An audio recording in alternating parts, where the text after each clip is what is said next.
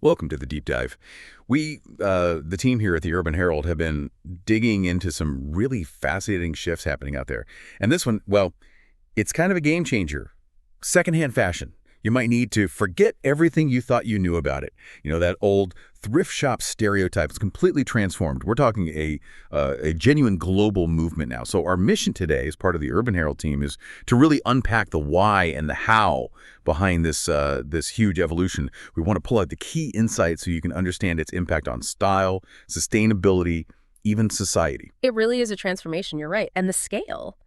It's actually pretty mind-blowing when you look at it. We're talking a market already hitting, what, over 130 billion US dollars, and it's projected to nearly double by 2032. That's huge. So yeah, this isn't just some niche thing anymore. When you factor in the environmental side, the personal style angle, choosing pre-loved stuff, it's increasingly seen as, well, maybe the smartest and honestly the suavest, eco-friendly fashion choice out there. Yeah, you can really feel that shift, can't you? Whether you're like walking into a cool vintage shop or just scrolling an app. And this is where it gets really interesting, I think, because secondhand has genuinely gone from being just make do to must-have.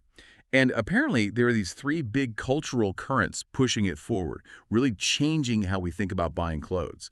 Exactly. The first one, maybe the biggest driver, is sustainability. I mean, there's this growing alarm, you can't ignore it, about fast fashion's environmental cost. So sustainable fashion isn't just jargon anymore. It's something millions of people actually search for online. They want options.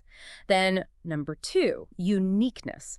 We're seeing this especially with Gen Z, millennials too, this real craving for pieces that, no algorithm can just serve up. They're turning to vintage clothing for personality, right? To stand out from that mass-produced look. They want history. And the third thing, affordability. Simple as that, really. Inflation's biting, wallets are tighter, but people still want quality stuff. So buying secondhand clothes becomes this great way to get maybe luxury labels, but at, first store kind of prices sometimes. And if you tie all that together, the message is pretty clear. Choosing secondhand signals, like intentional buying, thoughtful consumption, not just impulse. Okay, so that brings up a basic question then. What exactly is secondhand fashion now in this modern context? Because like you said, it's clearly way more than just used clothes these days. You're absolutely right. Yeah, the simple definition is, clothes and accessories that had at least one owner before. Pretty straightforward. But the scene today is so much richer, much more diverse. What's fascinating is how the market's kind of segmented itself, become more professional. You've still got the traditional charity and thrift shops like your Oxfam or Goodwill, nonprofit, community focused, low prices. You can find amazing things there. Then there are the vintage boutiques. These are often really carefully curated, maybe focused on specific eras or designer heritage. Think those cool independent spots in places like London's Brick Lane. Then you move online, right? Online marketplaces. Depop, Vinted, eBay. Peer-to-peer apps, global reach, super easy to buy and sell. Anyone can basically do it. And then at the top end, you've got luxury resale. Platforms like Vestiaire Collective, the Real Real. They offer expert authentication for premium brands, guaranteed provenance, big deal for high-value items. So all these different channels. They add layers of curation, quality control, authentication. It really elevates the whole experience way beyond just, rummaging through piles of random clothes. That's an important distinction, yeah. Understanding those different levels. Okay, let's pivot a bit to something really critical, the environment. The numbers you mentioned earlier, they're pretty stark. And this is where secondhand really steps up as a tangible solution for the climate. It really does.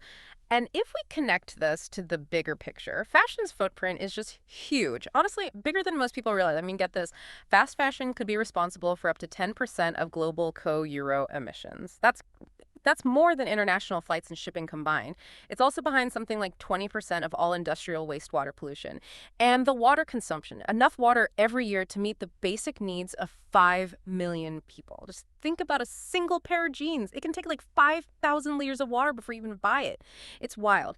So choosing pre-loved, it directly tackles these problems. For instance, just keeping a garment in use for an extra 9 months, that can cut its carbon, water, and waste footprint by like 20 to 30%. That's significant. Or rewearing a simple cotton t-shirt saves the 2,700 liters needed just to grow the cotton. And the whole circular logistics idea, it cuts down on making new stuff, which is the dirtiest part. So if you compare them side by side, secondhand means lower cost, way lower emissions, high uniqueness, things last longer, and it supports circularity. It's basically the opposite of the fast fashion model. High emissions, mass production, short life, drains resources. Wow. Okay, those numbers really paint a picture, but it's not just about the planet, is it? Important as that is. Let's talk about the style aspect, the uniqueness, because this is where pre-love stops being just old and becomes something, well, special, personal. Exactly. Yeah, the whole vintage boom now, it's all about the quality, the craftsmanship you often find, unmistakable design, and sometimes just a really cool story behind the piece. You find, say, an 80s Levi's jacket or maybe a 70s silk blouse. The tailoring, the fabrics, often way better than what you get from today's fast turnover brands. There's a fashion stylist, Sarah L., who put it nicely. She said, vintage pieces often have a je ne sais quoi, that's something, that modern mass-produced clothes simply can't replicate. It's the cut, the drape, the history. And there's that built-in exclusivity too, right? Once it's sold, it's gone. So you're pretty much guaranteed a unique look.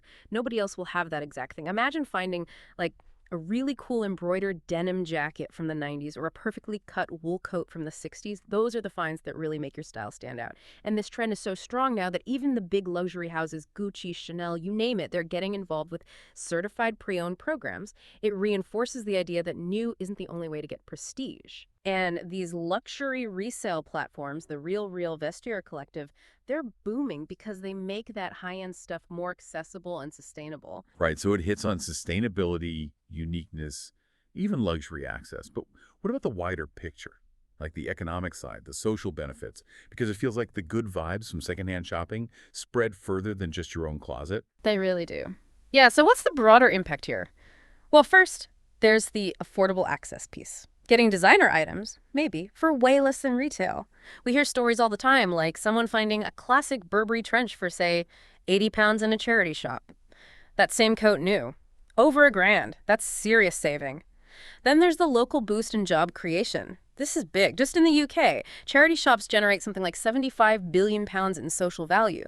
That money goes back into community programs, supports thousands of green jobs, and beyond that, you've got independent vintage sellers, repair cafes popping up. It fuels local creativity and business. A spokesperson from the Charity Retail Association said, every pound spent in a local charity shop goes directly back into vital community services. That's pretty direct impact. And finally, there's a community and culture element. Thrifting has become almost like a social ritual for some people. You know, swap mates, Depop drops, kilo sales, they create these communities, these tribes bonded by shared values around conscious consumption. It builds a kind of culture. That all sounds brilliant. And maybe you listening are thinking, okay, I'm sold, but where do I even begin? Well, good news. We've got some practical tips for you. Whether you're totally new to this or, already a bit of a pro treasure hunter. Yeah, let's get practical. Some actual thrifting tips. First, where to shop. Charity shops are great for hidden gems if you have patience. Consignment boutiques offer more curated stuff, maybe for specific searches. Online marketplaces are amazing for filters, setting alerts, finding specific things globally. And then vintage fairs or kilo sales, great for bulk buys and just a fun experience.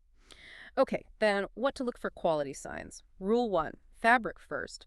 Look for natural fibers, cotton, linen, wool, silk, good denim. Try to avoid synthetics that are already pilling. Check the stitching and seams. Nice uniform, tight stitching. That usually means it'll last. Check inside too. And look at the hardware metal zips, maybe engraved buttons, clear brand labels. These often hint at better quality and authenticity. And once you snag your finds, caring for pre-loved items. Steaming or even freezing can help get rid of odors. Hand wash delicate vintage pieces. Air dry knits flat so they don't stretch. And store things in breathable garment bags. Protect those finds. Those are seriously good tips. Really practical stuff. And if you're getting excited about where all this is heading, well, you should be.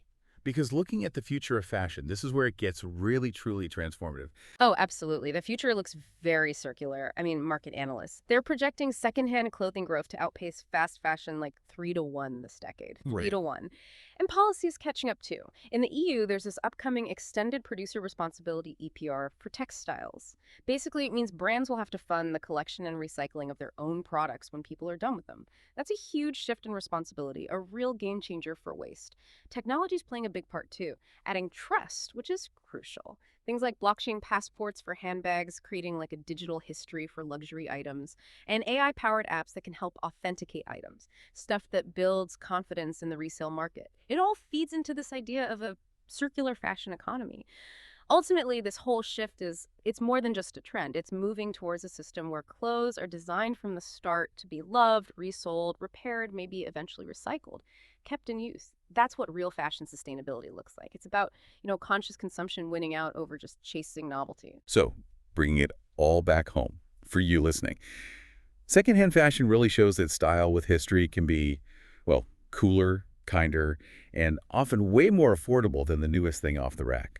Every time you choose pre-loved, you're doing more than just getting dressed. You're actively supporting fashion sustainability, shrinking those footprints we talked about.